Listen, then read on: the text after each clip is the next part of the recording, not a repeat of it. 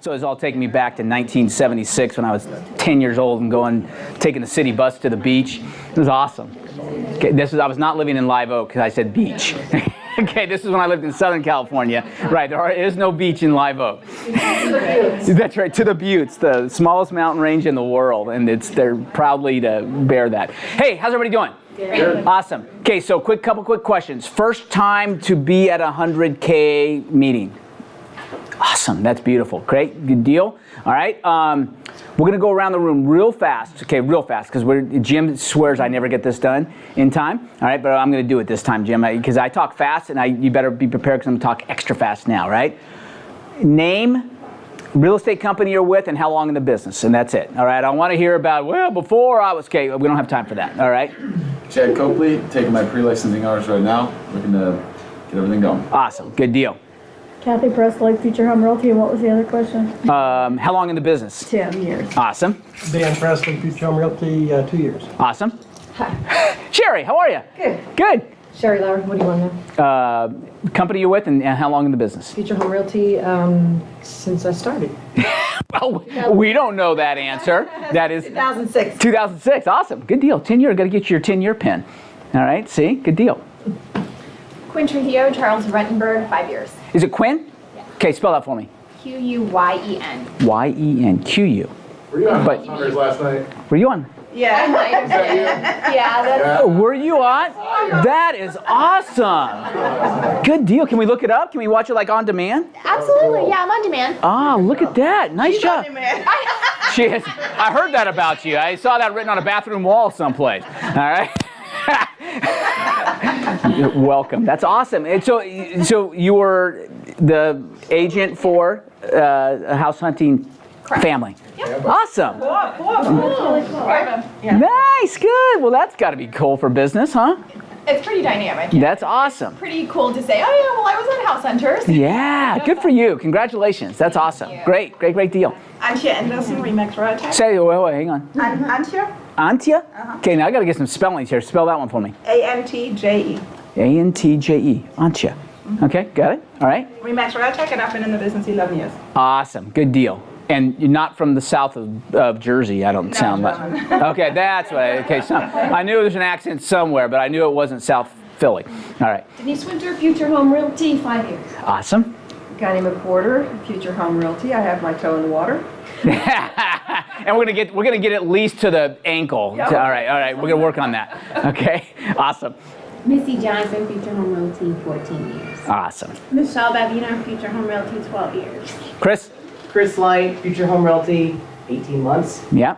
And killing it, by the way. Yeah, we're gonna use Chris as an example a lot. Derek Watkinson, Future Home Realty, 30 days. 30 days, 32 years with UPS and 30 days in real estate. Awesome, love it. Good deal, Derek. Alexia Limo, Future Home Realty, 2 years. And she and her husband own a pizzeria in Apollo Beach, so if you're ever out that way, check out Massimo's. All right, and named after her oldest son. 2 children under the age of 3. And still got here on time. Look out, all right? Good job. Okay. Rob Snedden, Keller Williams, St. Pete, 15 years in the business. Awesome. All over the place, New Jersey, Orlando, here, there, lived in St. Gulfport, now got married, now he's in Tampa. Okay, I get the story. You show up early, I get to know you, all right? That's awesome. Welcome, Rob. Lisa Flaherty, Future Home Realty, 6 years. Awesome. Amy Johnson, Future Home Realty, 2 years. 2 years. Colette Duke, Tomlin St. Cyr, just over a year, and I am from Jersey, but I lost my accent. Yes, you did. You're very well spoken for, no offense to my Jersey guy over here, but you're very well spoken for a Jersey girl. That is awesome. And your last name, Colette, is? Duke. Duke. Awesome. Welcome. Doreen Campbell, Future Home Realty, a year and a half. Awesome, Doreen. Good to see you again. I haven't seen you since that time in Wesley Chapel up there, sitting up there. I remember, and I remember the accent as well. And you are not from the south of Philly either, so yeah, that's right. Awesome. Henry White, Future Home Realty, 10 months. Awesome, Henry. Welcome. Oh, yeah. Esra, I'm with Keller Williams. I'm a new agent for 6 months. Awesome. How'd you find us? Awesome. I used to work with Henry. Oh, good. And I'm from Turkey. Yeah. Wow. I love the melting pot that we are, man. It's so fun to get to grab all this. So, Sarah. Sarah Hash, Equity National Title, and I'm in my 20th year. Awesome. And has a ton of real estate experience. And some of you are kind of being personally mentored, coached by Sarah. Is that correct? All right. Awesome. Good deal. Melissa Honeycutt, Coastal Properties Group's 5 years. Awesome. Great deal. All right. Cool deal. Okay. So here's the plan. If you haven't been to 100K, this is totally different than anything else that you've probably been to. All right. Let me start with, I told you I was going to cover why we don't have bagels and donuts, right? Success is a way of life, right? And when I'm successful in all aspects of my life, I will be successful in other aspects of my life. Well, other would be included in all, but you know what I mean, right? And so with that in mind, we are defined by choices we make, and the fact that we're going to talk a lot about, you're going to see a lot of hashtags flowing out of our sessions here, right? And one is we're going to stop going bagel to bagel. Right? And what does bagel to bagel means? Bagel to bagel means that most real estate agents wake up in the morning, so what am I going to do with my business today? And they say, okay, here's what I'm going to do. I'm going to go to a training. They check their email, and there are 48 to choose from, right? All right? And say, all right, I'm going to go, at least I can eat. All right, so I'm going to go, all right, and I'm going to go grab a bagel, all right, and a donut. I'm going to learn something. I'm going to go home, not apply it, not do it, all right, go watch Law and Order reruns, and then I'm going to wake up to the next morning and say, okay, what am I going to do today in real estate? I'm going to go to another bagel, all right, go home. See, the problem is not in the knowing, it's the doing, all right, and so we're going to learn a lot about that. Now, quite frankly, I'm looking around the room, anywhere from starting his pre-licensing class, right, to 20 plus years in the business. Here's the thing I know, that those who succeed are the ones who do. And knowing what to do is not the problem, okay? Doing it is the problem. So what we're going to learn in here is not only somewhat to do. I have no magic pill, because guess what? But the magic pill is the same thing I talked about in our office meeting yesterday. If you guys watched, anybody were there yesterday or watched it online. I said success principles are success principles. They've been around forever, all right? If I were giving this lecture or this talk to a group of chariot salesmen in Babylon, right, 500 BC, it would be the same thing, right? Because success principles don't change. What you need to do to be successful is the same today as it was yesterday, and it will be if I was called back to speak to a group of flying saucer salesmen in 2080, right? It's just the same thing, right? That we're going to, make this happen, and how we're going to do it, and how we're going to, hey, Zena, how are you? Our warrior princess. All right, that's Zena. All right. Love it. Awesome. Good to see you. So let's get started on this. I want to share with you something. I'm going to start real quickly with some bad news, and that's the last we're going to see of the bad news. All right. So I thought I had I probably went out of it. Do you mind introducing yourself to people who don't know you? Oh, yeah, absolutely. Thanks. I'm Bob McDougall. All right. You guys are the Future Home Realty. Been in the real estate business about 24 years now, I guess. High school math teacher turned real estate agent, turned real estate broker. I'm the founder, owner of Future Home Realty. And we're pushing 1,200 agents now across the 3 areas, mostly Tampa Bay. We have Orlando and Jacksonville as well. And my passion is, I live in Nashville, Tennessee, but own a company here. So I'm back and forth. I got a lot of frequent flyer miles. My 14-year-old son gets to fly free with me anywhere we go, because with Southwest, it's called a companion pass, because I fly so much, and I love what I do. I pinch myself all the time. I got the best of both worlds. I mean, I love the change of seasons and everything I get in Nashville. All right, and we're gonna go hang out. Right, you're gonna look me up. All right, we're gonna watch the eclipse together. Right? Okay. All right. And what's that? I forget where we're going for dinner. All right, perfect. All right, good deal. He's coming to Nashville in a couple weeks, and I'll be in town. So, but then I get to hang out at the beaches here too. You know what I mean? And I just pinch myself all the time, right? And plus, I get to do what I love to do. I love teaching. All right, I was a high school math teacher by choice. All right, I became not a math teacher by choice, because I couldn't afford to live being a math teacher, unfortunately, right? So I made some other career choices, but my heart and my passion is still teaching. And I figured out the real estate business totally on my own. I was at a small brokerage with me and one other guy, and He just kind of said, I gave myself 10 weeks in the summer. I said, all right, I'm not going to tell him I'm not coming back to teach geometry yet. I'm going to see what I can do in these 10 weeks, right? 10 weeks into this thing, right? 4 closings already closed and another 4 under contract. Totally figuring it out on my own, all right? Didn't have house hunters to help me. All right, I'm just kidding. All right, there was no house hunters. Didn't have the internet. Couldn't Google. Didn't. 1993. All right, let's go back. You weren't even born yet. Okay. What year were you born? 87. 87. Okay, very good. All right. Okay. All right. So you were 6. All right. Okay. All right. All right. Okay. So that being said, I kind of learned the business. You know, just trying to figure it out. FIO is what we call it. There's another hashtag you'll see. Figure it out. All right. It's, you know what? So learn to self-train. If we can learn to be our own regulator, right? That's a hard thing to do. Boy, it is difficult every day. Trust me.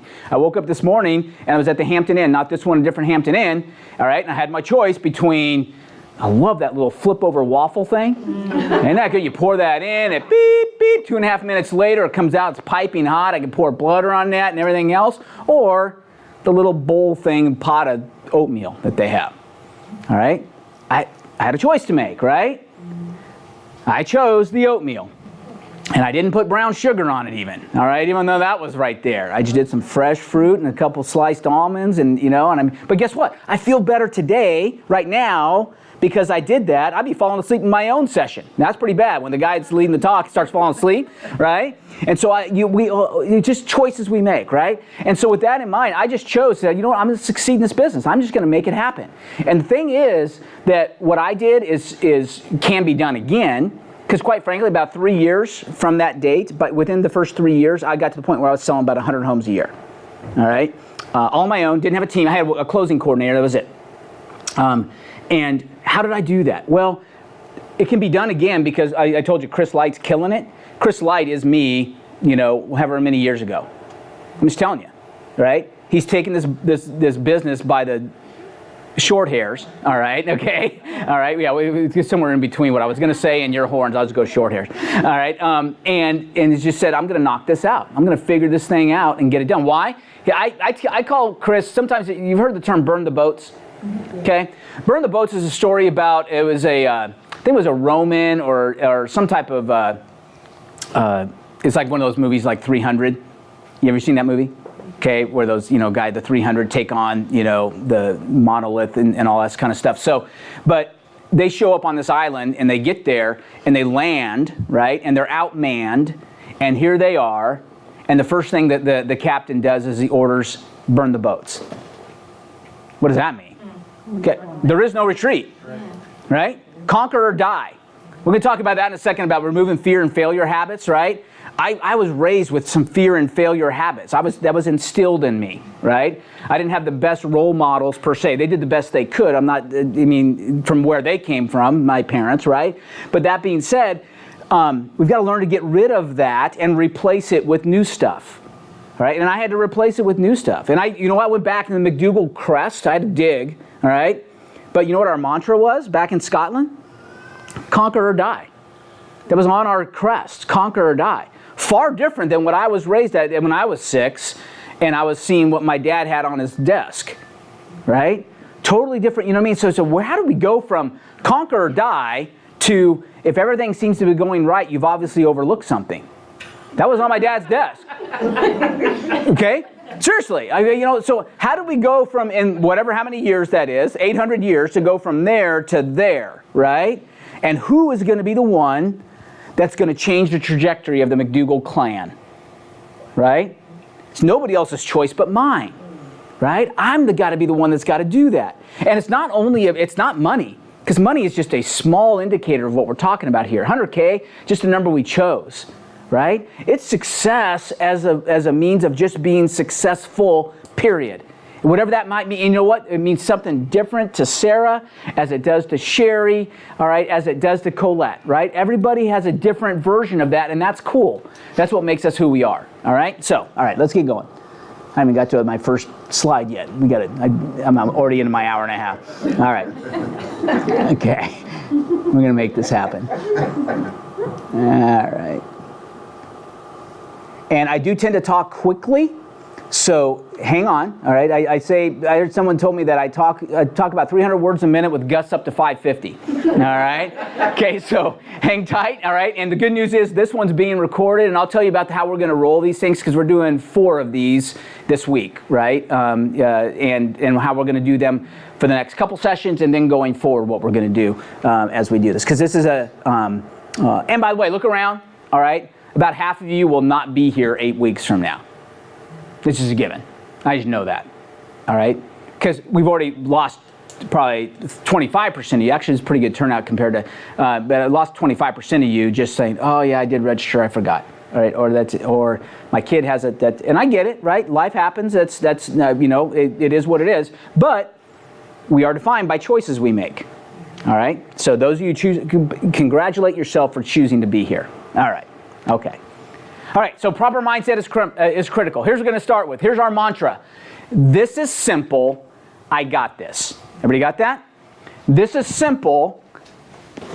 I got this. Do I still have mine? I think I gave my last one away. All right? We have overcomplicated this business and every other business out there. Right? The fact that I think I've got to be a Zillow, Trulia, Facebook, this, that, all these things I have to have all lined up before I can be successful in business, all right? All right, Chris is shaking his head. It's so true because can they be tools that assist us? Absolutely, right? But I did it in 1993 with none of it, right? Just a shaking hand. Hey, Bob McDougall, how are you? Good, good. What's your first name? Dan. Dan, nice to meet you, Dan. Hey, you know, you stopped in my open house. You're obviously looking for real estate. How can I help you? Well, I'm looking for a 3-2 under 200,000. Perfect. All day long. Okay. A lot of times it's not that easy, right? Dan's going to say, I didn't see, who are you? I didn't see you. Right? Okay. And I get it. But here's the thing. That face-to-face, that eyeball-to-eyeball contact, I'm going to tell a story about Chris here in a minute about how he won because he was eyeball-to-eyeball. Right? That's another hashtag we're going to say. Eyeball-to-eyeball will always beat pixel-to-eyeball. Okay, write that one down. There's some sage wisdom right there. Eyeball to eyeball will always beat pixel to eyeball. Having the best Facebook ad is cool, right? But it's not going to be like pressing flesh, looking somebody in the eye and say, hey, how are you? How can I help? Does everybody understand that? Yes. Okay, you will win every time. Okay, now the key is how do I get there, right? Other than knocking on doors selling security systems, all right? And if you can do that, you can sell real estate all day long, dude, bro. I'm telling you. I'm telling you. That needs to be like okay. 101. But, yeah, absolutely. But guess what? Guess what he got out of knocking on doors selling security systems? Tell him. My wife? Absolutely. Met his wife. Absolutely. The best salesman in the world. That's the greatest salesman in the world, Sarah, right? I got a book on that. If I can sell you on me. I tell people all the time, you see my wife, you see a picture of Jeanette, you got to know I'm great at sales. All right? In fact, I could talk her into marrying me. Look out, all right? I could talk ice to an Eskimo, right? It's that kind of thing, all right? So here we go. All right, so this is simple. It's not easy. It's simple. Okay, here's the thing. We just chose 100 grand as a number. We started these back in 2008, all right? At the height of the depth, okay? All right, does that make sense? All right, it was the deepest deep. I mean, we had about 300 agents at the time, and I used to joke that at any given time I could find about 100 of them ready to jump off the Skyway Bridge. Right? Life as we knew it is over. You know, the market has turned. Everything's gone to hell in a handbasket. We're done. Right? So I said, all right. Forget it, man. I've been waiting for the market to shift because we had priced first-time home buyers out of the market. Everything had gone wrong. Everything was just the prices because, oh, everybody can get a loan. Well, that's great, but everybody getting a loan, supply and demand, go to the first chapter of an econ book. I don't care if it's macro or micro. They're going to talk about supply and demand. And when you've got such a demand because everybody who could fog a mirror could get a loan, all right, then the supply gets shrunk. And when supply gets shrunk, then the prices go up. Okay, it's a fact, all right? You can argue with it, all right? But it's not going to go away. And so with that in mind, we had first-time home buyers who said, hey, look, I can get qualified for a mortgage, but I'm not sure I can afford $1,800 a month, all right? When that's 138% of my monthly income. How's that debt-to-income ratio? How's that DTI working for you, right? Okay, yeah, but they'll approve me. Okay, well, great. All right? On a 5-1 arm. Yeah, that's right. And then they'll foreclose on you in 4, right? Okay, so sometimes you got to do the right thing, right? And so with that in mind, I said, you know what? I'm waiting for the market to turn. So the market shifted. I said, great. Everybody, be here this day, this time, this place. We're going to show everybody how to make 100 grand a year in this business, in this market right now, right? Literally 300 agents. I think we had like 180 of our agents show up, right? I don't get those kind of percentages coming to our Christmas party. Right? Okay? Everybody, and I give away free food. All right? Okay? It's, people will come in all over the place. And as soon as I got there, in the first 10 minutes, I lost about half of them. I could tell. Right? Why? Because I said, you know what? We're going to go to work. Oh, whoa, didn't sign up for that one. Wait a minute. I thought 100 grand just meant that you were going Redfin on us, that you were going to write us all, we're all going to become employees, all right? And that you were going to, sign us up and we're become, we're going to go W-2. I'll get off this whole 1099 thing, pay my own taxes. Yeah, forget that. I want to be a steady paycheck, right? Well, no, all right? So I lost half of them, but those who stuck decided to make it. Right? And so we've developed it from there and evolved. We got introduced to some different curriculum that we've now introduced and some really cool stuff. So I'm just excited to share this with you. But let's do this. Agree with me. Raise your right hand. All right? I promise not to overcomplicate this business. Okay? All right? So when I say this is simple, your answer is, I got this. Okay? This is simple. I got this. Here's where this comes from. All right? So Samuel, my youngest son, we have 2 boys, right? Got a 14-year-old son, Joseph, biological, all right? Looks just like his mom. Thank God for him. It's a great life. He's a handsome young man, all right? Then we have Samuel. Samuel's adopted from Russia. Came to us when he was 3. He's now 10. And so I'm going through, and we were knocking out long division, all right? I was a high school math teacher. Come on, I can knock out this long division, all right? Ever loving, pull my hair out. Gee, many Christmas. Like, gee, well, first of all, they were trying to teach him with sticks and bricks and did that. I said, screw that. All right, we're going back old school. It's called a divisor and a dividend, and we're getting a quotient, all right? Okay? You got it? You understand me, right? And so he's like, okay, Dad, all right, we're in. So, all right, we're digging through, and he would nail this thing. He would get it. I mean, he got it. He's a smart kid. I mean, trust me, Samuel, gotta love it. So you have to see a picture of Samuel sometime.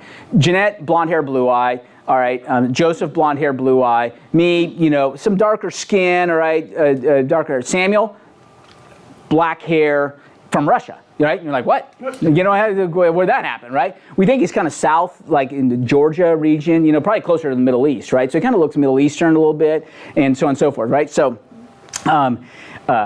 anyway, so if you're, get him as smart as a whip. I just think, he would be an awesome CIA agent. Seriously, because the kid already, when he was like 5, all right, we'd come out to the car to go to school or something. He'd say, hey, Dad, after we got home yesterday, where'd you go? And I'm like, well, first of all, none of your business, all right, number 1. Number 2, how'd you know I went anywhere? He says, your tires aren't in the same spot as when you parked yesterday. So, dude, all right. I said, are you sure that Putin didn't really plant you in our house, all right? Okay? That this is all, you know what I'm saying? All right, I'm looking around, sweeping the rooms for, bugging devices to make sure I got things happening. So, anyway, so he's a great kid. Anyway, smart as a whip, right? But he would just panic all of a sudden. I'd come back the next night. We do like 8 of these long division, and I'd throw out, 387 into 4,612. It wasn't like we were doing 3 and a 9, right? Okay, we're doing all this, and he would knock him out with me. All right, and I come back the next day. Like, whoa, you had this last night. What happened? All right. I said, all right. Here's the thing. He had some anxiety, right? He was starting to panic a little bit. So I said, you know what? Here's our mantra. All right. I'm smart. Okay, he'd say, I'm smart. This is simple. This is simple. I got this. I got it. And to this day, you go up to Samuel right now, and this is probably 2 years ago. Hey, Samuel, all right, before you do a math problem, what do you say? I'm smart. This is simple. I got this. And I want that for you, because this is simple. This business, we try to overcomplicate this thing, all right? So we're going to just live in simplicity here. Isn't that beautiful? That's free, right? Know that we can do that, all right? This is simple. I got this. Understand the power of the mind. Talked about it already. How did my family go from conquer or die to if everything seems to be going right, you've obviously overlooked something, all right? My dad probably, at one point, his dad lived like your mom's tricep there, okay? We'll talk about that later, all right? But he's got, kind of, my dad's family kind of a James Dean effect, if you will, right? Just kind of, live life hard and die young. Okay, well, that works for about 28 years, but then it doesn't work so well year 29. So that in mind, my dad makes some steps, all right, by actually finding some Christianity and some other things that took him out of that lifestyle that made a huge impact on my life. And I'm forever grateful in that aspect of what he was able to do. But financially, emotionally, all these other things, he didn't have it in him, right? He died at 47 and actually of heart disease. So to this day, I've been seeing a cardiologist since I was 28, just because my genes, my mom has now passed away of heart disease, so my genes are not in my favor. Thus, waffle, oatmeal, all right? The worst day of my life was when Jeanette read in this, she calls it the Red Book, all right? There's some dude that wrote some book about healthy eating, all right, that said, oatmeal is the virtual Muhammad Ali of heart disease fighting. Like, great. Okay, bad news for me. It means, guess what I eat every morning? Oatmeal, all right? But guess what?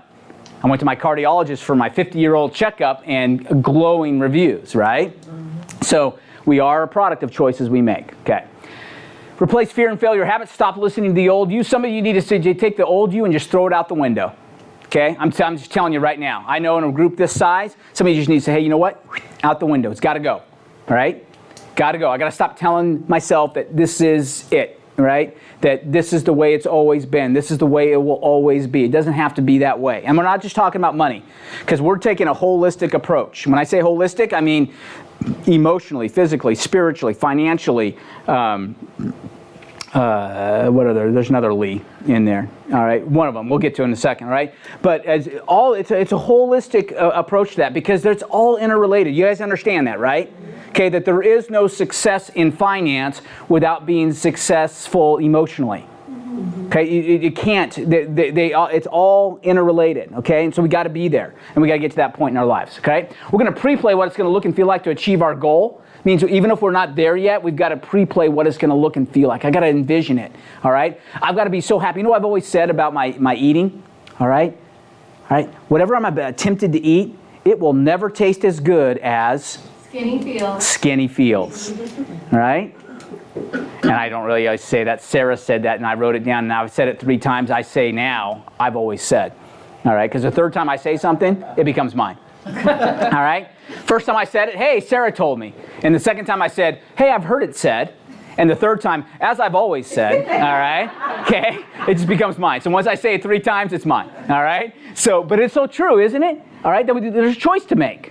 Right? There's a choice to make, but it will never taste as good as skinny feels. That's an awesome line. And it's not the actual being skinny. No. Feeling good. The feeling good from eating good all the time. Yeah. It's so true. We'll get to eating right in a bit. All right? We're going to cover it because here's the thing. A Body for Life. All right? Okay? Incredible book written in the 1980s. 2 concepts from eating there. All right? There are more than that. Because it covers how you actually work out and what you intake. That's a big problem for most of us, right? Myself included. Right? I got a constant, man. You know what? Water, Dr. Pepper. All right? I am pulled to Dr. Pepper. Trust me on that. Right? My natural tendency, all right, is Dr. Pepper. I've chosen water. I've allowed myself 1 cup of coffee, right? But I choose water, 64 ounces a day kind of thing. All right, purposefully, because I feel better when I do it. All right, so anyway, 2 things from that book. Number 1 is, 3 things. Okay, let me share this one. Today's Wednesday. If you don't know what you're eating for lunch on Friday, you lose. Okay, period. Because without proper planning, there's no way you're going to eat healthy. No way.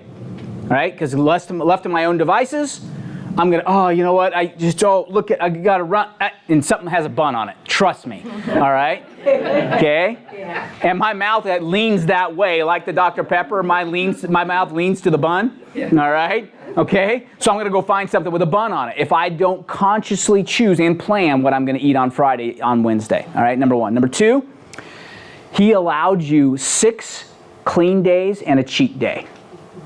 All right? Incredible wisdom here. And we talk about this in some of our Sunday night ritual we're going to cover and some other stuff as we get deeper into what we're going to do here. Here's the beauty of the cheat day. First of all, it's a temporary relief, right? It's like, man, dadgummit, chicken breast again?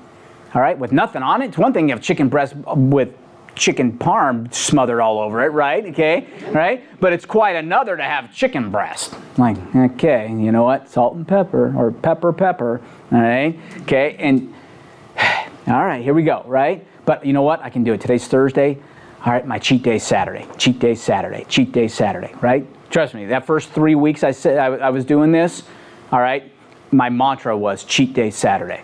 All right, I had it on my mirror. Cheat day is Saturday. It's coming, right? You can hang on because cheat day's coming, right? So I'm digging, and I finally get to cheat day, and I gorge myself.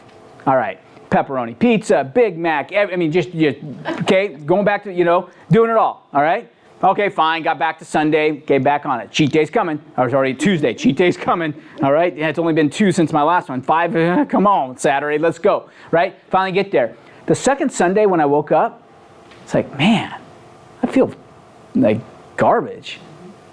I cheated all day yesterday and I feel terrible, right? Here's the thing. My Saturday, my cheat day, had been my everyday prior to that. And I never knew what clean eating was, so I didn't know what bad eating felt like. Because it was my norm. You get it? There's a term, you ever heard the one, in the South, so we have a thing called pigs don't know pigs stink. Right? Okay? And so, if I was eating dirty all the time, then how would I even know that I felt bad because of my dirty eating until I had to eat clean? Does that make sense? Right? So that's incredible guidance there, right? Is to sit there and say, and then pretty soon I stopped cheating. It's like, yes, I don't feel good when I cheat. Right? So forget the cheat day. And I know that was behind that was the method behind his madness, right? Was doing that. And then the concept of don't just do cardio. Cardio's great, but you got to include some weights. As we age, all right, we've got to, we atrophy, all right, quickly, all right?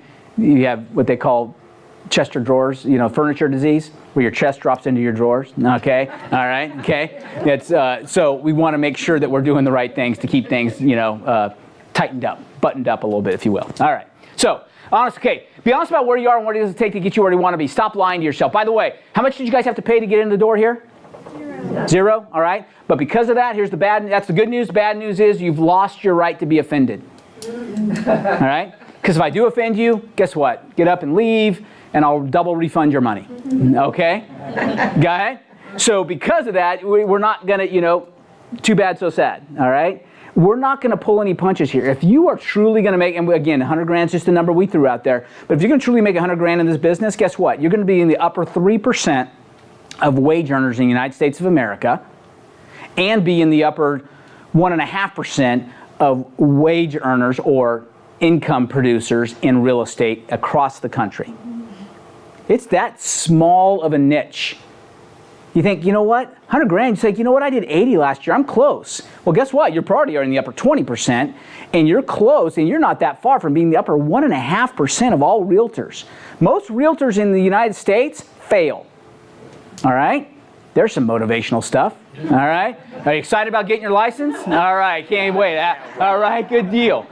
But I saw that as, remember in business school, they teach you to do a SWOT analysis.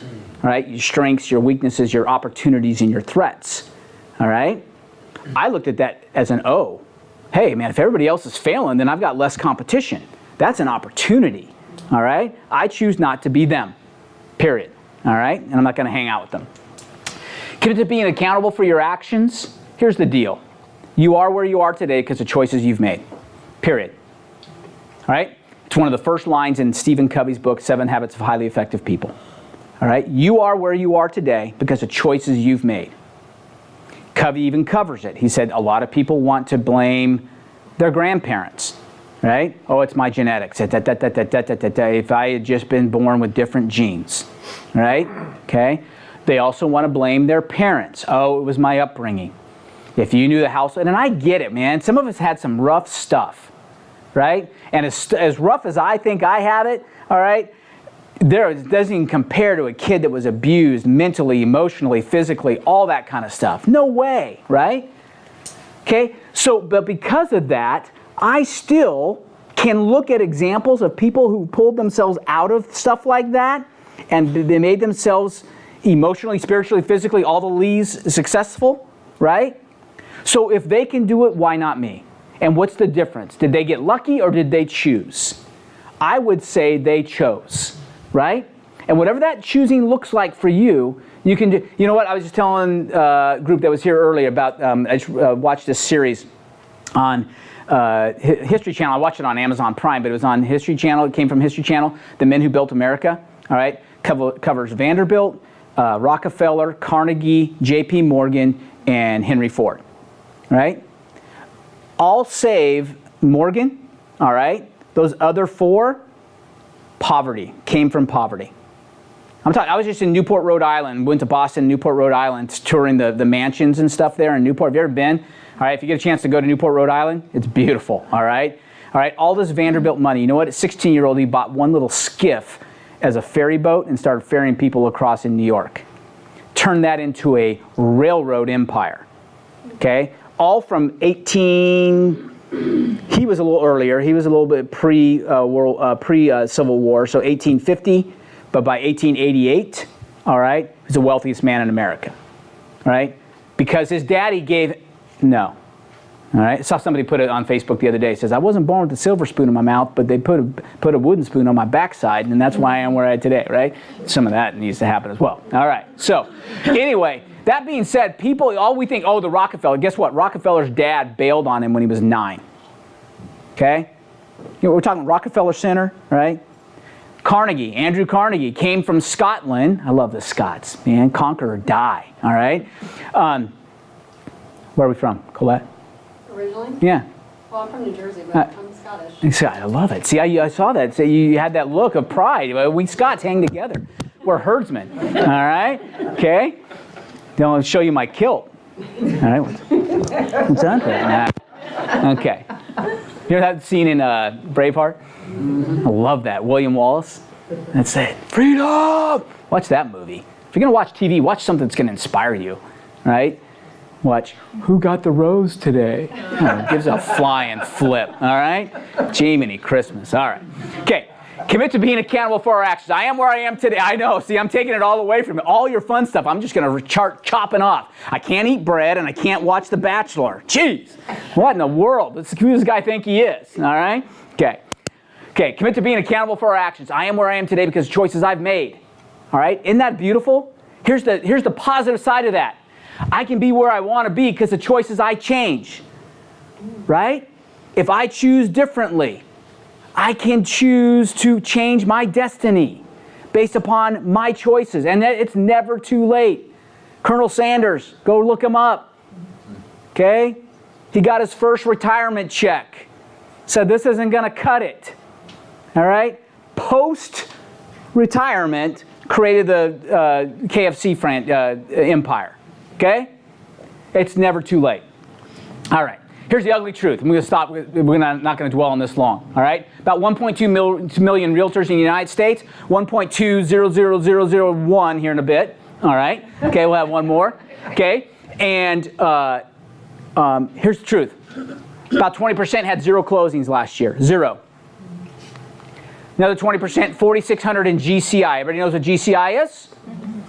Gross commission income, all right? That's before broker split, before paying your board dues, before paying for your signs, before paying for your lock boxes, before paying for those Facebook ads, before getting roped into buying a Zillow zip code, and Taxes.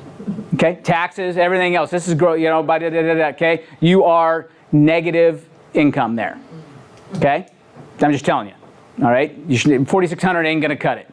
Go wait tables first, all right? At least you'll be walk home with some cash that night.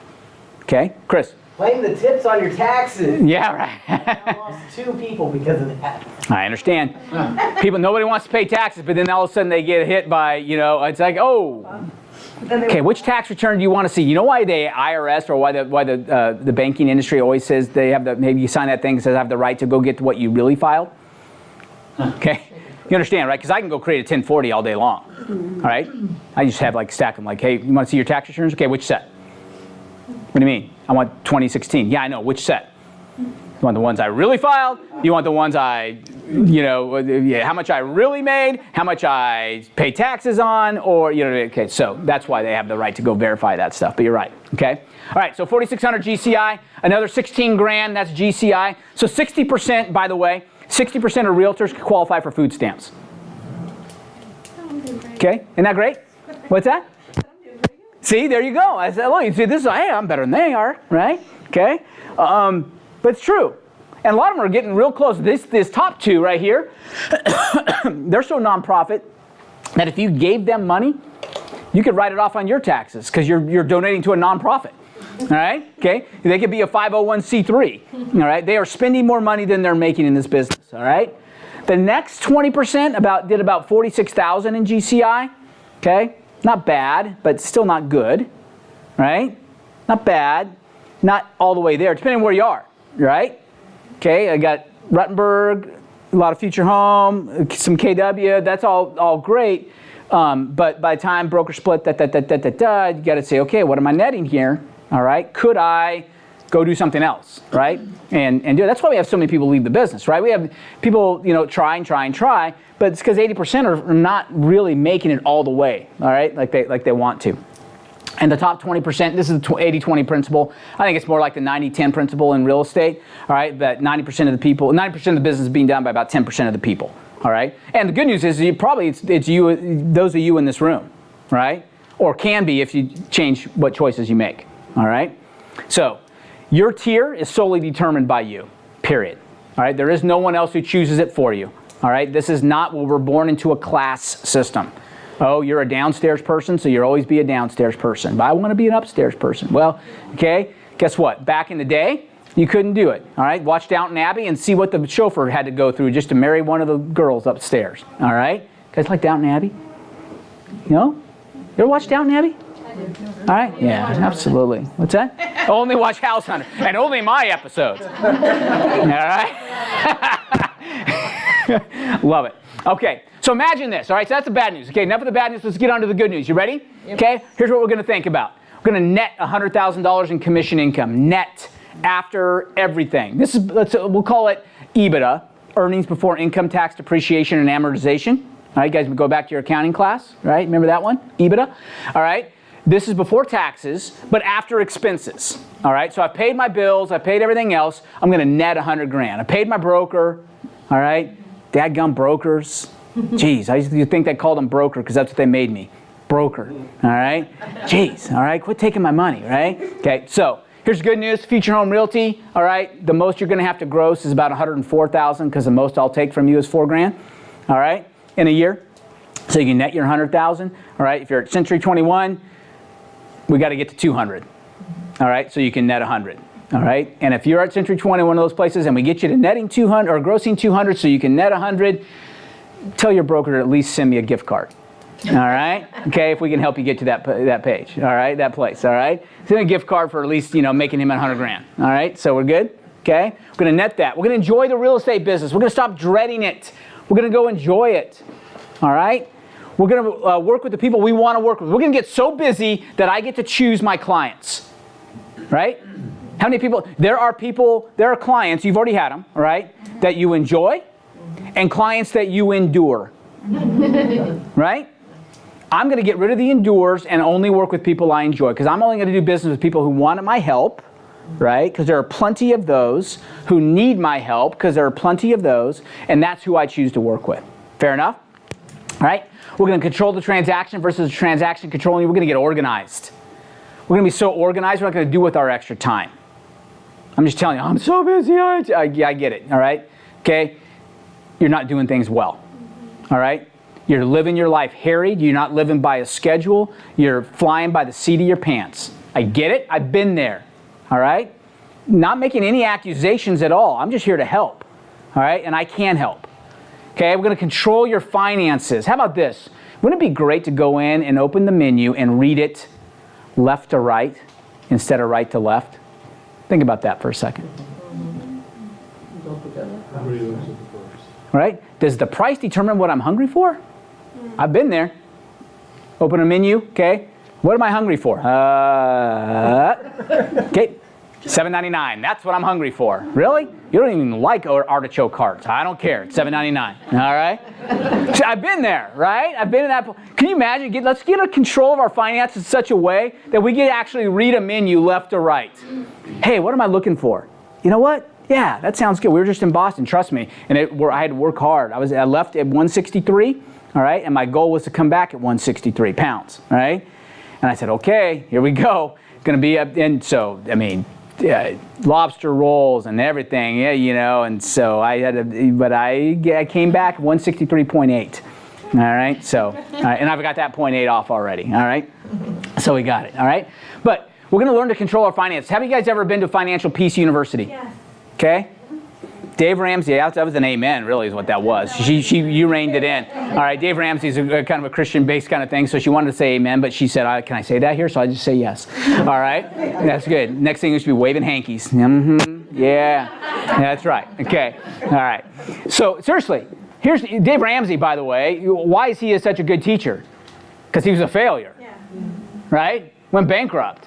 He said, hey, look, I got to figure out how not to screw this up again. He figured out a good way. And so we're going to talk about what we're going to do, but we're going to have some small breakout sessions. We're not going to teach at Financial Peace University. I'm going to encourage you to go to a finance. They're all around. Okay, search them in a church, anywhere. Financial Peace University is incredible. It's going to teach you to manage your finances. Because guess what? I don't care if I get you to making 100. All right, if you don't have the right habits, it's going to just pilfer through your hands, and you're going to say, where'd it go? Trust me, been there. Married to a CPA MBA. It's not good, right? You don't have an answer like, I don't know where it all went, to a CPA MBA and get to sleep in the same bed, all right? I'm just telling you. I was very intimate with the guest bedroom, all right? Okay, I had to make some changes, all right? If I wanted to change what I was reward, I had to change, what I was doing, right? It's just, and that's what accountability partners do for you, right? And that's what we're going to be for you as a group. And you're going to find an individual that's going to hammer you, right? That doesn't feel good. Yeah, guess what? It doesn't, all right? But you're going to like the result on the backside, all right? I'm just telling you. For once in your life, be true to your priorities, which means you're going to actually live out that whole thing, God, family, my nonprofit work, all that kind of stuff, and then work comes at the bottom, right? And then if I look at your calendar, it's totally inverted, right? You're spending all your time at work and none of your time with your family and your God, right? We're actually going to live out those priorities and show you how you can do it, right? And still be very massively successful. Discover your purpose in life. Attacking each day with energy and vitality. It means this: when you enjoy what you do, you'll never work another day in your life, right? You've heard it said. So that being said, how do we get to the point where we're just excited about getting out of bed and like, here we go, right? Some of you are there already. I can see I'm becoming a better discerner of eyes, right? And I can see people that have, you know what? I'm going to attack this world, and I've got another, I'm being attacked, okay? Small change in verbiage there, but it makes a huge difference, right? So we're going to learn how that we're going to live in this way of that. We're going to discover our purpose. And guess what? Here's your purpose. I don't know what it is, but it's not to sell real estate. Can I tell you that? Mm-hmm. All of us here were put on this earth for a far deeper purpose than selling real estate. Can real estate be a means to an end?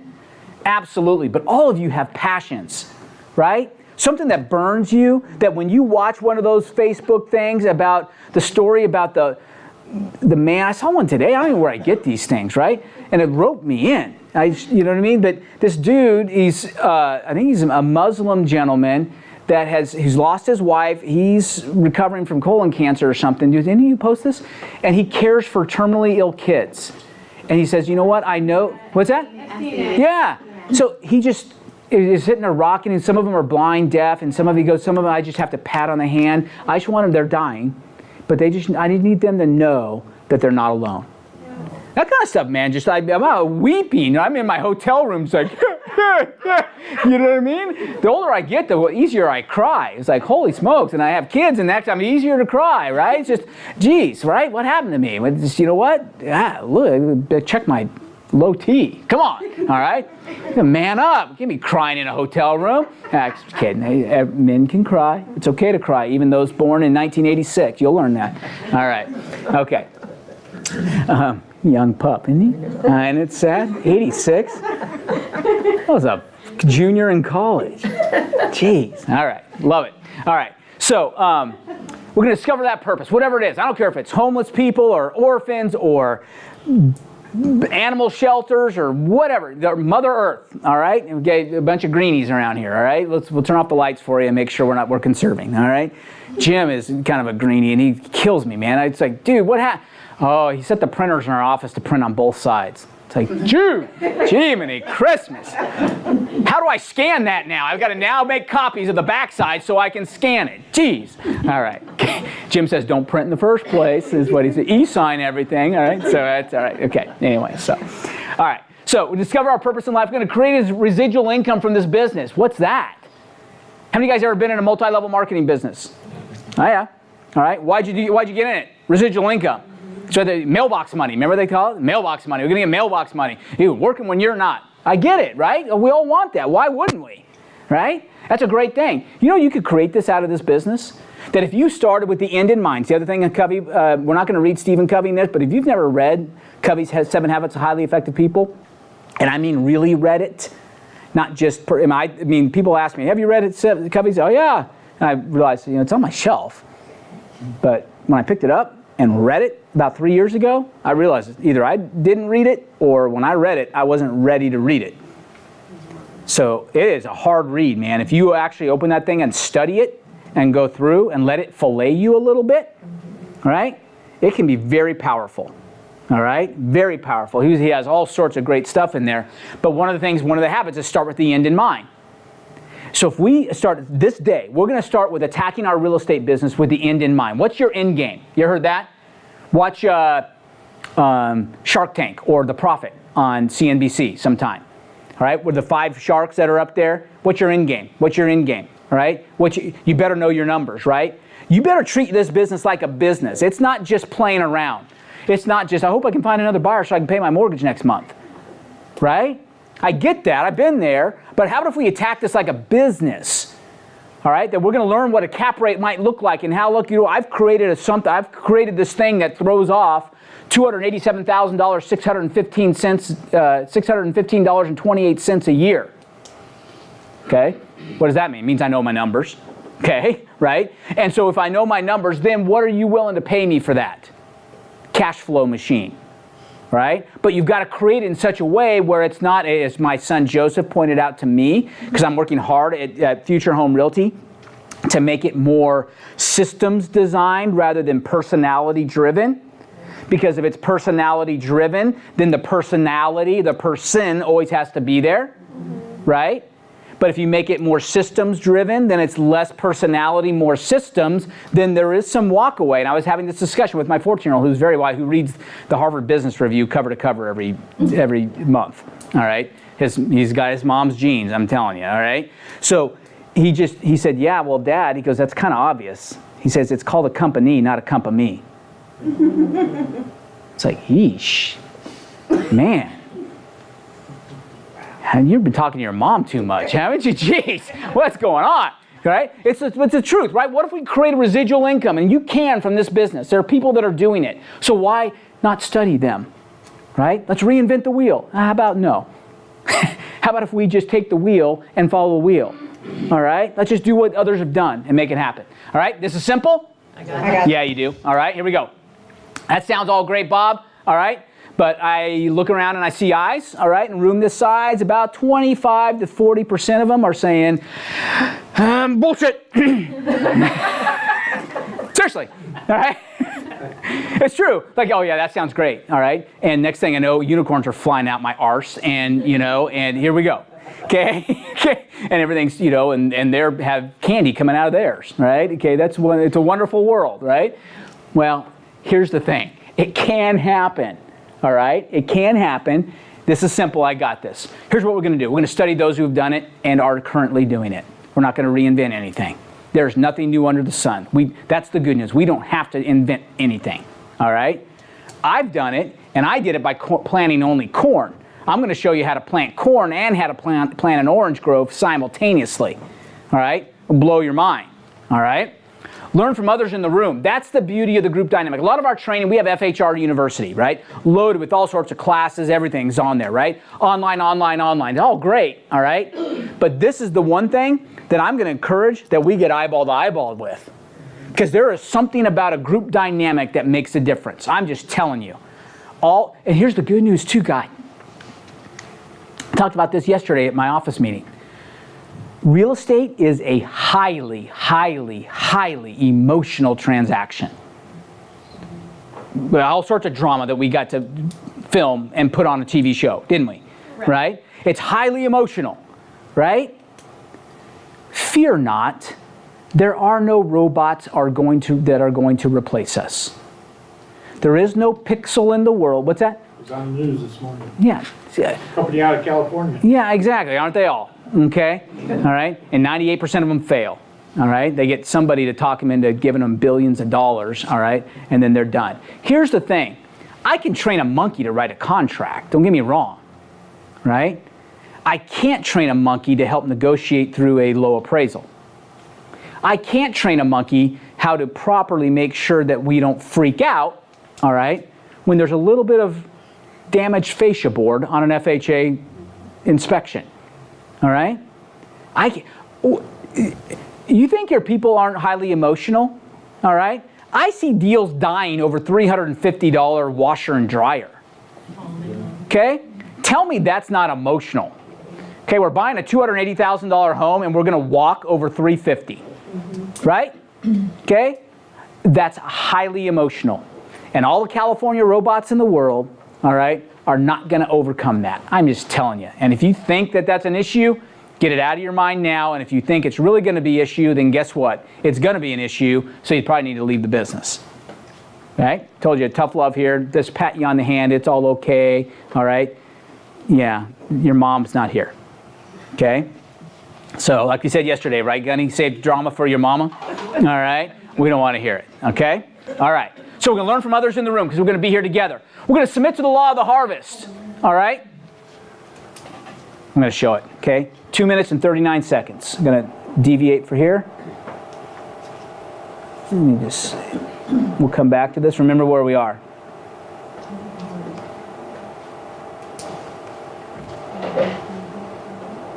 Should have probably buffered this before, but that's all right. It's only 2 minutes and 39 seconds.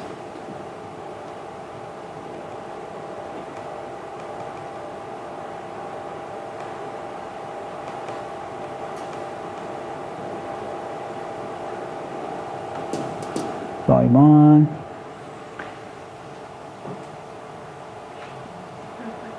The Little Red Hen. The little red hen lived on a big farm with all kinds of animals. One day, while she was walking, the little red hen came across some seeds. She decided to plant them. "Who will help me?" she asked her friends. "Not I," said the bull. "Not I," said the mouse. "Not I," said the dog. "Then I'll do it," said the little red hen. And so she planted all of the seeds by herself. It took a while, but the seeds grew into a field of wheat. "Who will help me cut the wheat?" asked the little red hen. "Not I," quacked the duck.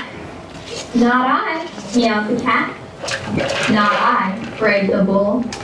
The little red hen sighed and said, "Then I'll do it."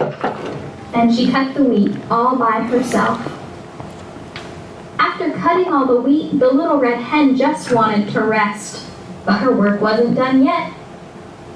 "Who will help me take the wheat to the mill to be ground into flour?" she asked. "Not I," squeaked the mouse. "Not I," barked the dog.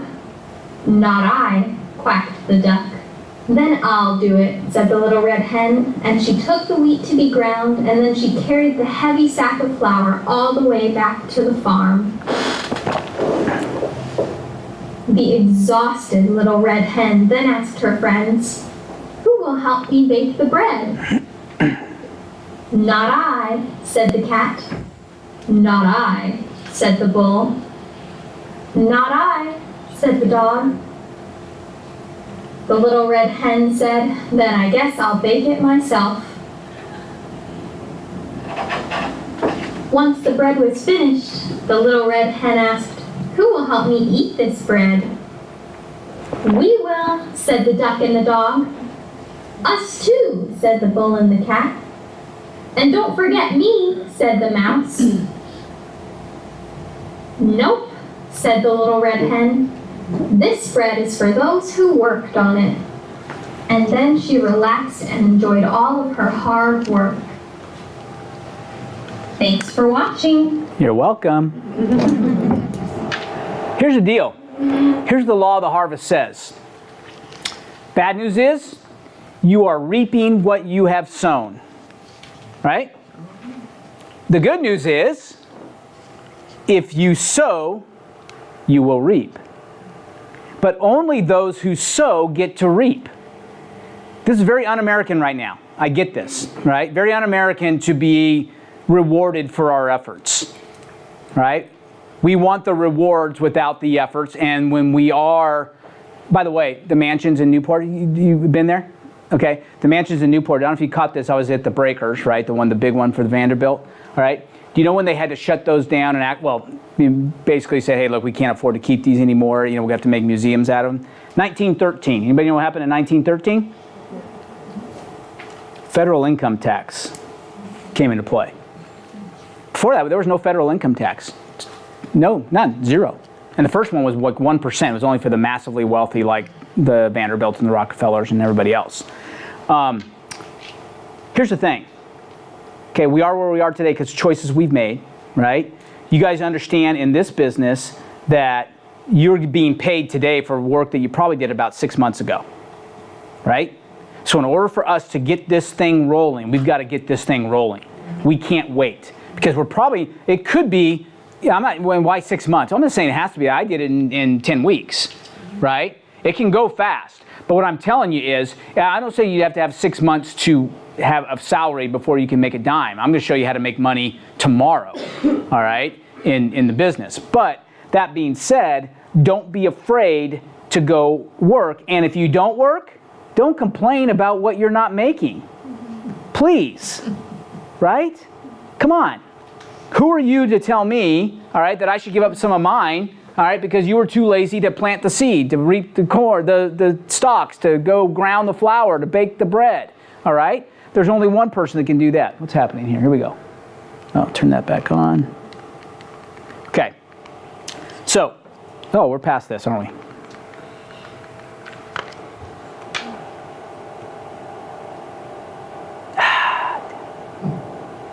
Sounds great how we can do it from current slide. All right, perfect. All right, law of the harvest, little red hen. Learn from our mistakes. What does that imply? We're going to make mistakes. We're going to make mistakes. All right? If I'm your broker, you have my full permission to go ahead and make mistakes. Not blatant ones, all right? Let's not be idiots, all right? Okay, but guess what? I'd rather you make a mistake than sit there and be paralyzed by not being afraid, to do anything, right? Stop planning, start doing. There's another hashtag for you, all right? I see realtors all the time. Well, Bob, I'm going to get going. I said, what is it I'm gonna, right? Well, as soon as my red pens are lined up to my green pens and my black pens and my blue pens are all separated, my desk is right where it's supposed to be, I've taken every class that the board has to offer, every class that the Florida Realtors has to offer, every class, that's all right, right? I'm just telling you, stop it, right? Stop it. Just go do something. Just go. Hi, how you doing, right? Do that. That's the only class you need, all right? If you're at an open house and you're bored, watch a class online. But dadgummit, go out and do something. Go meet somebody new today. Go take somebody to coffee or breakfast or lunch or whatever and eat oatmeal. And have them ask you why you eat oatmeal, all right? To do all this. I'm just telling you, don't be afraid to make mistakes. I'll walk around our office, how's it going? Oh, great. Everything good? Oh, no problems at all. Great. How many deals you got going? No, none at all. All right? Okay, one of my favorite proverbs in the Bible is this: where there are no oxen, the stable is clean. What does that mean? It means that back in Babylon, when Solomon wrote that proverb, okay, having oxen meant wealth, right? So if you want clean stables and clean barns, guess what? When you have stuff happening, stuff happens. Are you with me? All right? There are no clean stables when things are happening. So it's okay to have some messes lying around. It's not that it's all going to be perfection. You get what I'm saying? So many times we're so worried about having it all planned out that we never do it. George Patton had a great quote. You remember the General George Patton from World War II? Said this: "A good plan executed today is far better than a perfect plan never executed." Right? Oh, I'm going to plan to. I'm going to plan to. I'm going to plan to. Forget the planning and just start doing. Right? Stop taking a class. All right? Here, you have my permission to go get your CRS or whatever you want to get after you've made your first $250,000 in this business. All right? Because you don't need CRS to make $250,000. All right? Do you want the knowledge afterwards? God bless you. Go for it. You want to stretch the mind? Just like a muscle that I have to work, I have to stretch my mind. Right? So I'm always looking for ways I can read something, take a class, do different things, because we got to keep that active as well. But don't do it. Don't think that all of a sudden you have CRS behind your name and everybody go, "Oh, I'll do business with you now." They won't, right? Okay? It doesn't. Again, I've never asked anybody, how many designations do you have? Okay? Well, and guess what? If it's the 1 in 1,000 that I did, then I lost. All right? I was too busy selling houses to get a designation. Sorry. Okay? But it's my own personal opinion. Get you all your designations you want. Okay. Learn from Renee. Grow personally. Feed off the synergy in the room. Okay? Stop accepting your lame excuses. Stop it. All right? I told you you're not going to get all sorts of, it's okay, mamby-pamby love around here. All right? You've been making excuses far too long. You've been playing at this business. All right? Stop playing, start doing. Whatever that means for you. You know what, Bob? I've got a young family at home. You know what? If I could do 50, I get it. That's cool. That's your goal. You set it and you achieve it. I have no problem with that. But don't tell me you want to make 100 and say, but I can only do it 3 hours a week. It's not going to happen. It is not going to happen. If you think it's going to happen, all right, go buy some lottery tickets instead and see if you can make it happen. All right? That's a better use of your 3 hours. All right? Scratch away. Okay. Live in accountability. This is a hard one. This is the ultimate differentiator in what makes people successful and not. Those who choose to live in accountability. Period. All right? Study a 12-step program sometime. It's all about accountability. How do people get rescued from addictions? Right? Oh, I'm not like that. Well, guess what? You're addicted to being poor. Been there. I get it. All right? Harsh truth. All right? Step 1, admit before yourself and man that you have a problem. Okay? All right? And you've got to make a change. Turn off the television. Stop it. Turn off the television. I don't care who rose, whatever. Okay? Turn it off unless you're educating yourself. Right? Turn it off. And if you're going to have it on while you're on the treadmill. All right? That's the key. Got it? Live a disciplined life. There is freedom and structure, right? Or there's freedom and, what do you call it? Discipline. Discipline, right? It's so true. Freedom and structure, it sounds oxymoronic, right? That the more structured I am, the freer I become. No, I thought, I got in this business because I want to be free. I want to be my own boss. Great, all right? You want to be successful in this business? Be structured. Now, the problem is that we don't have a boss telling us how we have to be structured, right? Okay? And so without a boss telling you have to be structured, you're going to have to do that yourself or through a series or system of this, right? And those of you who challenge yourself and dare yourself to actually get an accountability partner, right, and be accountable to the group are going to be successful, period. Those of you who choose not to are going to continue to do this, all right, and have nobody, and you're going to make all sorts, and you know what you're going to do is you're going to compare yourself to the wrong people. It's real easy, right? I compare well, you know what? I read in the paper a guy, stole a car and flipped it and, was on a drug deal gone bad and so at least I'm not like him. I'm not that bad, right? It's easy to compare ourselves. It's real easy to justify, oh, you know what? I haven't killed anybody today, all right? Okay, right? Okay, we can start saying stuff like that and justifying who we are, whereas, hey, you know what? Vanderbilt started with a small skiff at 16 and was the wealthiest man in America. Do I want to be the wealthiest man in America? No. Do I want to be able to fulfill my purpose and to make sure that I'm a good steward of the talents I've been given by God? Right? Part of that could be meaning I'm making money so I can give it away. By the way, if you read about, you ever heard of the Carnegie, Center? All right, Rockefeller Center, Carnegie Hall. Okay, it's all, JP, was it Morgan? No, I think it was Carnegie. Like 80% of the libraries in the United States are funded by Carnegie. 13-year-old dude who immigrated from Scotland and went to work for this dude named Scott, all right, who became eventually Carnegie Steel, was bought out by J.P. Morgan, and J.P. Morgan made it U.S. Steel back in the day when they were building skyscrapers like nothing's going down, right? Incredible. Incredible story of self-made, pull myself up by the bootstraps and get it done, all right? It's incredible stuff. All right, live a disciplined life. There's freedom and structure. We're going to learn to structure ourselves. Actually implement this time. We're going to finish. We're not going to just start, all right? A lot of people start a marathon, very few finish, okay? A lot of people start each year with great goals, very few finish. Stop starting, start finishing. But guess what? Some of us need to start starting. Okay? How about this? Let's put it this way. Stop going to class, start starting, and then finish. All right? You got it? Trust the process. Love this. Guess what? You may not see immediate results. Microwave society, I want to see results yesterday.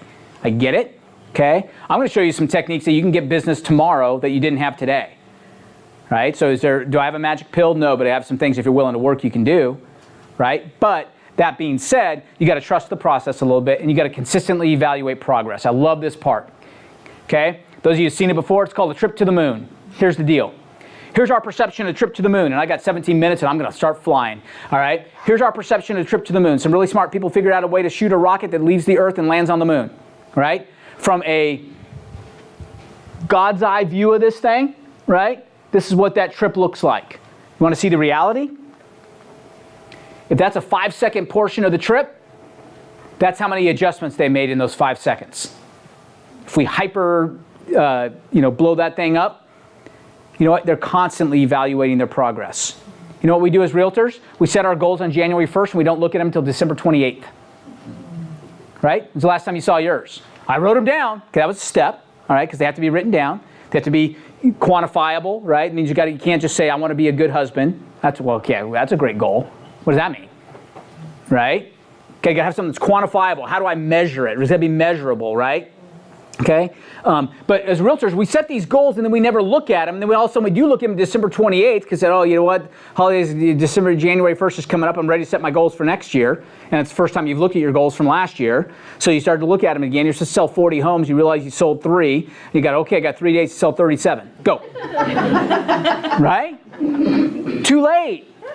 Okay? So we've got to evaluate our progress as often as they do. We call it the Sunday night ritual. We say once a week, we're going to sit down and take a hard look at our business. What have I done the past week?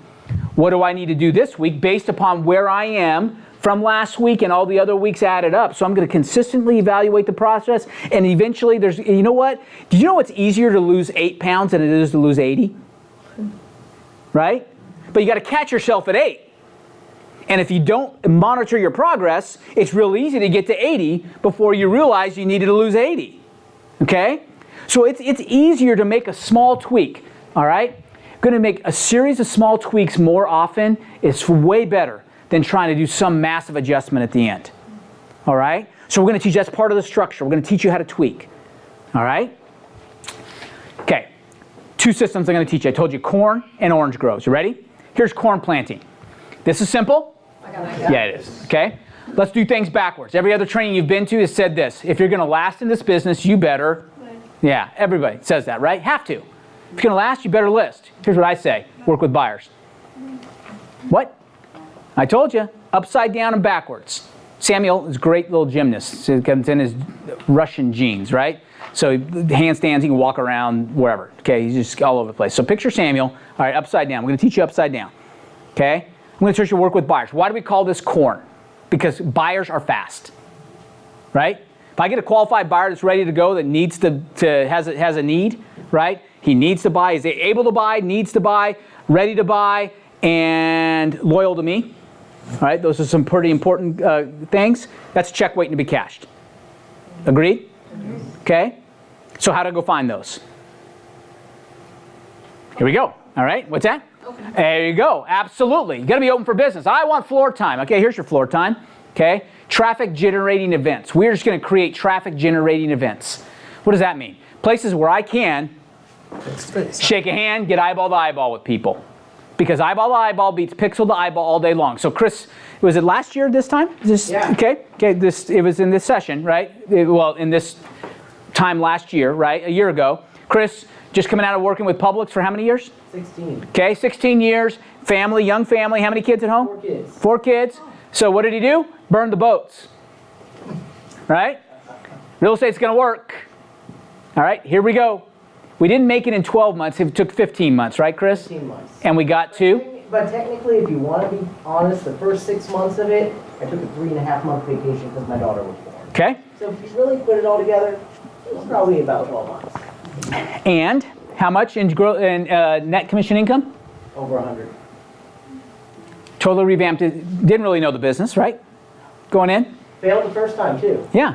Yeah, it was like 2 years ago, right, or something. Yeah, you tried, right? Okay.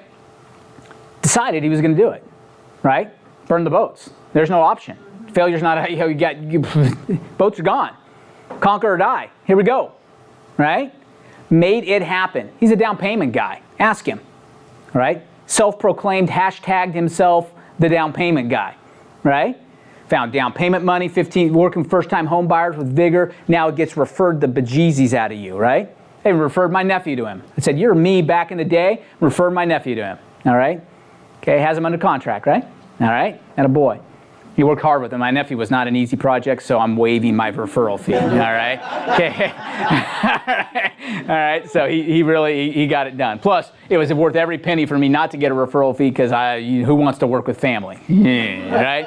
Okay, all right, air that dirty laundry in a heartbeat. All right, so, but we just teach traffic generating events. What does that mean? Places I get eyeball to eyeball with people because it's going to win. Here's a story about Chris. So he goes out and he starts doing some of these traffic generating events, bank owned open houses, other places. Now we'll talk about them in a second. Why bank owned? Because you meet more people, right? Why? I just want to meet 30 a day. Well, is that a good? Yeah, I want to meet 30 a day. So I meet 30 a day. I think as bad as I am, I can convert one, right? I got 30 ups. If you can't sell a car in 30 ups, you better get out of the car business, right? Okay? If you get 30 ups in real estate and you can't convert one, you've got a conversion problem, right? It's just the way it is because somebody's going to be, you know what, like you, from the same part of the United States as you. Something, you know, odds are in your favor. When you meet 2, odds are not so much in your favor, right? So we just teach, let's get around a lot of people. Right? And where can I meet a lot of people? So Chris is out there and he meets somebody at this open house, VA guy. Do you remember the story where the VA guy goes and Chris says, hey, a VA, awesome. I can get you down, no down payment. VA loans are awesome. You got workable credit. We'll get you done. I'll get every penny down. Down payment. Right, exactly. Do that a VA? Yeah, right. A free house? Absolutely, sure enough, right. Give me workable credit. You kidding?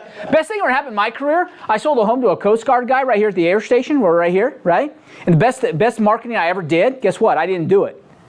That guy put my card on the lunchroom bulletin board at the Coast Guard air station and started talking about, hey, you know what? Yeah, we're only here for 3 years, but you know what? I met this guy at an open house, and he said, you know what? If you're going to do it, why not just get here for 3 years? But even if you're not here for 3 years, let's say you don't want to sell it, make it your first investment home. And it made sense to me because I got all these other Coast Guards. I'm getting, transferred out, but other guys are getting transferred in to replace me. Why wouldn't he just rent my home from me? I almost got like this steady pool of, and so all these guys, hey, can you? And I was selling like 15 homes in like 4 months just from that bulletin board, all right? You just go do the right thing and let people tell. It's not that hard. So Chris does and meets this guy. The guy goes back, calls USAA to check on his mortgage, right? As they all do, right? And the guy says, oh yeah, on USAA, hey, by the way, if you use one of our preferred realtors, we'll give you 1% back, and yada, yada, yada. So this guy calls Chris and says, hey, Chris, my USAA guy called when I talked to him, said he can get me qualified for the mortgage, but he said he's got this plan, this program with the thing, and Chris is already like, oh, great. I got to match it. Right? Here it comes, right? I'm going to have to give up 1% of my hard-earned commission, which is already pretty small. You're working with first-time home buyers. That was our team at the time. Right. Yeah, right. Exactly. All that. Okay, so what happens? All right, the guy said, you know what I told him? He said, nah, I've met Chris.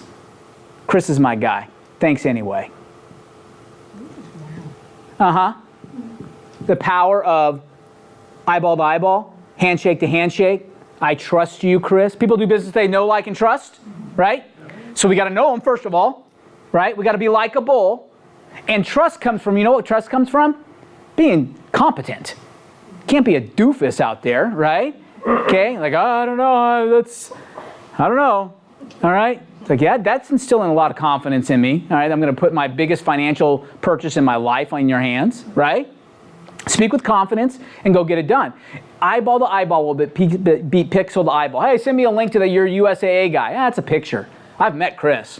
I shook his hand, right? That's what makes the difference. You go to traffic-generated events. Bank-owned open houses. I could tell you a long story about it, how I got started in the business, but that is how I stopped teaching, was bank-owned open houses.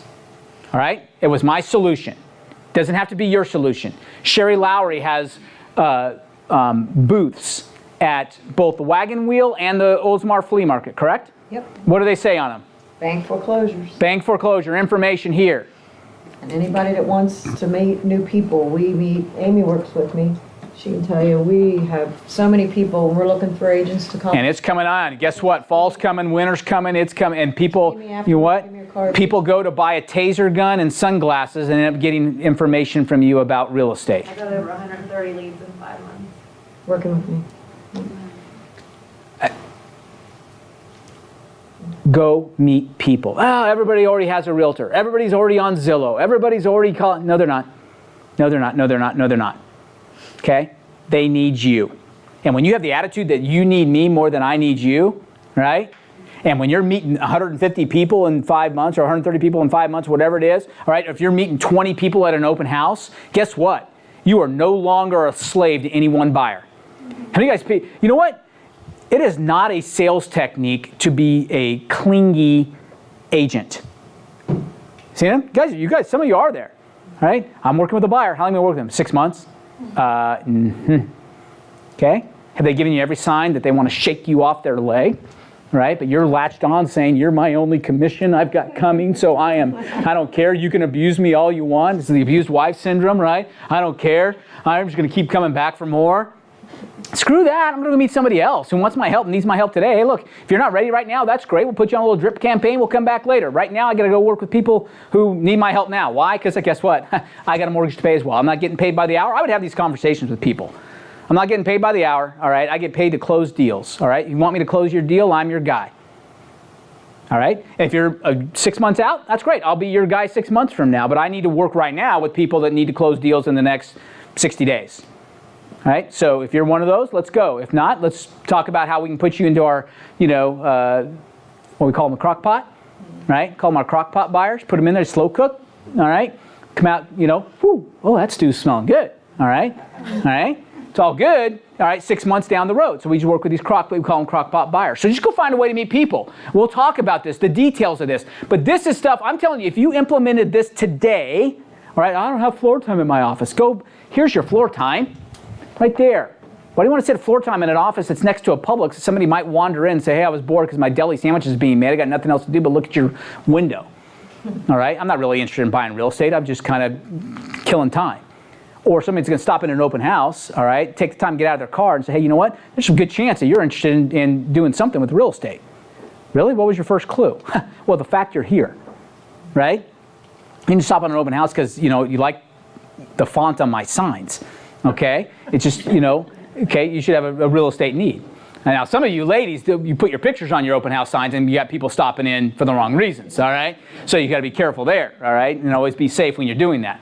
Converting walk-in traffic into new business. Here's the biggest thing. We're going to spend time on that because all the traffic in the world unconverted does us no good, right? And I'll be honest with you, this is the hardest part for me to teach because it was the easiest thing for me to do.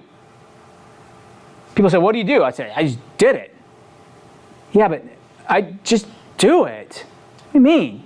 How could you meet 20 people and no one's ready to look at houses with you tomorrow? I don't give, it's a total disconnect for me. All right? I'm just telling you, it totally is. That was my mindset, because I just came out, pretty quickly got in the business of saying, hey, look, why in the world would you not want to work with me? And I have this, as a matter of fact, it's on our 100K group page. It's a little video I shot, like a 3-minute, what do I say to people when they walk in an open house? How do you get them to sign in? I said, I don't care if they sign in. All right? I care if they buy a house. If somebody's not going to sign, if I got to, put them in a headlock, you hold the pen and I'll move the paper and I'm going to make you sign in, all right? Okay? Who wants that client, right?